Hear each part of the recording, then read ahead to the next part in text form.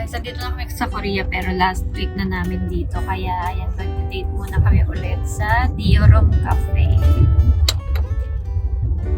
Kaya nandito na kami sa The Orium. Grabe talaga yung mga cafe dito sa Korea. Talagang pinupunta ko ng mga tao. Laging fully book. Mapa weekdays, weekend.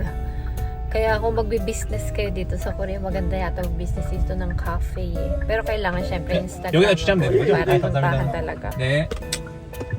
So, ito na yung loob niya, mga Mars.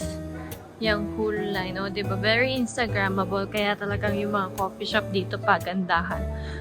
Pero lahat puno lagi, as in. So, ito yung mga breads nila. One line siya, madami-dami. Bale, ito na yung last lane nila. For the cakes and bread. Yan. Diba?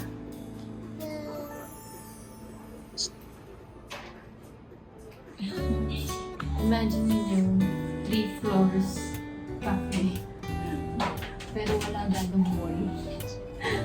Pero maraming cafe. May floor. Ayan yung tables nila. May paganto. Cutie! Maraming places. Then ito pa sa loob. 4 groups siguro to. What's this? Media Gallery. Check natin yung Media Gallery. Dito pala to. Okay. Tapos may spots din sa taas. Di ba? Ang dami upuan. I don't know. Lock? Sit lock? So yan, ito yung second spot nila. So dito naman tayo sa second floor, guys.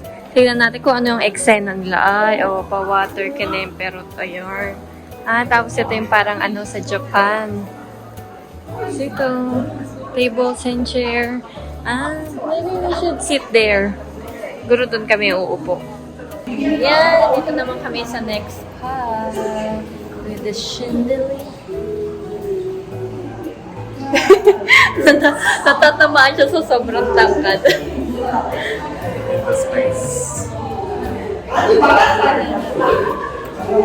Ayan, ganito yung itsura niya.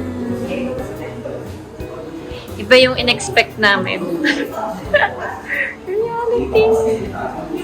So, ayan, per hagdanan may table din sila. Grabe nung laki. So, every weekend, for sure, full pack to. Kasi punong-puno.